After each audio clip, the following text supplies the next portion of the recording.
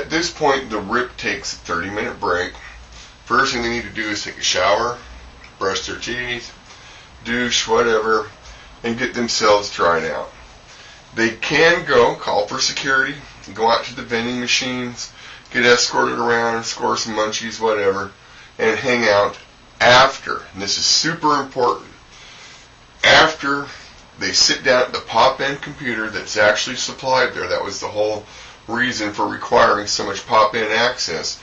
After they sit down there, get on their pop-in network page and complete a survey, basically asking them questions about that particular date, about that particular trick, and otherwise writing a dispo. We want to know, is this person trying to arrange a date outside the parameters of the law and the protections of the law? Was this person someone who talked about some real freaky stuff, children, sexual fantasies with children or animals, things like that? Was this person violent? Were they a choker? Were they someone that wanted to knock you out and take you to the edge? We want to know what's going on, because this is going to help us isolate freaks. From there, they can go hang out once again. They have wandering limitations, though. If they're going to wander around, they're not going to sit in front of that candy machine for a half an hour. It's just not going to happen. Security is busy. They've got 10 minutes. 10 minutes, that's it. If they want to go to the lobby, then they've got 30 minutes total in the lobby that they can hang out in there if they don't have any dates that they're expecting. And that's all included within this 30-minute break. So, if they're not expecting another date, well, then I guess they got time, don't they? But they have to take a 30-minute minimum break in between dates to get cleaned up, to get those dispositions recorded, wander around if they want to, whatever. Then it's time to check out, escorted off the premises for everyone's safety. Whenever a RIP or RIPD is time to finally leave, they're ready, they're done, they've completed business for the day, the night, the weekend, whatever. They tell security. Security's going to take them down, check them out, and literally escort them to their vehicle and stand there outside and watch that vehicle drive out of sight, as far out of sight as possible. They're going to do the same with everybody. In this way, we know who is on premises, who is not on premises at all times, no exceptions, and we know that the RIP and RIPs in particular are safe. We know that there's going to be some freak tricks out there. There's people that were never freaky before one day crack, and we're there to protect these people. They work for us. What we have here is the POP physician reporting required. Every 30 days, whether the person has actually worked or not, they check in. If they have been working, they've been pouring some lips out there, then they're going to get a full checkup. If not, they're going to get a general checkup, see how things are going. Physical status updates. Let's say, for example, a normally RIP, not an RIPD person was out there servicing someone and they caught gonorrhea or another treatable kind of disease. What would happen is they would be temporarily put on status or on a vacation, if you will. They would stay in that status until the POP physician turned around and went ahead and said that they were clean, they've been treated, and they can go back to work. Therefore, not compromising their RIP status by transferring to a RIPD status.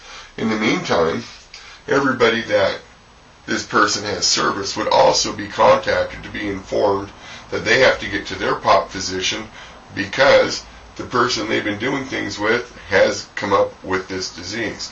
But now we've gotten a grip on the disease. We've done it in a very subtle manner, very discreet. It's not like we're putting the names in the newspaper or anything like that. On the other hand here, if we got someone that suddenly tested positive for herpes, we would automatically notify these people as well. And this person's status, yes, would be permanently changed to RIPD, because herpes cannot be cured. And we're going to get into the argument of venereal warts versus HIV many, many times. There's a big difference between HPV and HIV. And to say that the HPV a person has it, they get treated and they go around giving it to everybody anyways, I'm not buying that in the least. On the other hand, HIV, I wouldn't take a chance in hell. Annual reminders, we remind them, hey, guess what, 90 days out, You got to come back in for your retraining or annual training, the upgraded training.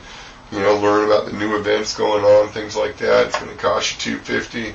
You still got your $100 application fee that I forgot to throw up here, and you're going to have your $20 a month times 12 months in advance for your POPA access. And if you should have some money on your books at this time.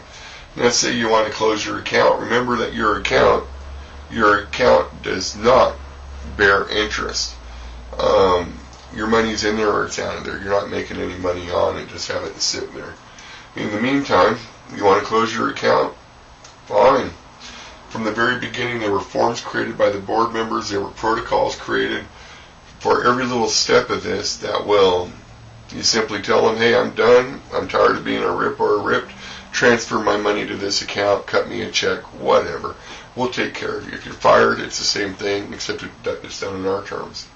Just let us know where to send the money, and we'll be asking you that in your original application anyways. So even in the case of inheritance, it'll be covered who's going to inherit your money if something were to happen to you. And that, people, is it. The basic protocols, part 4 for the RIPs and RIPs. Once again, this is a board member thing. This is just a real basic outline of suggestions. Nothing in here is mandatory.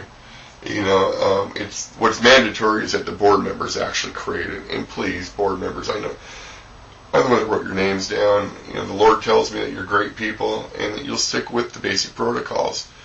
You just augment them a little bit. I know you'll have fun with it, and I know you'll be safe with it.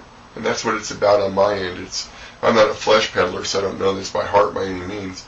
But basically, to get the money coming in and to protect everybody is what my objective is.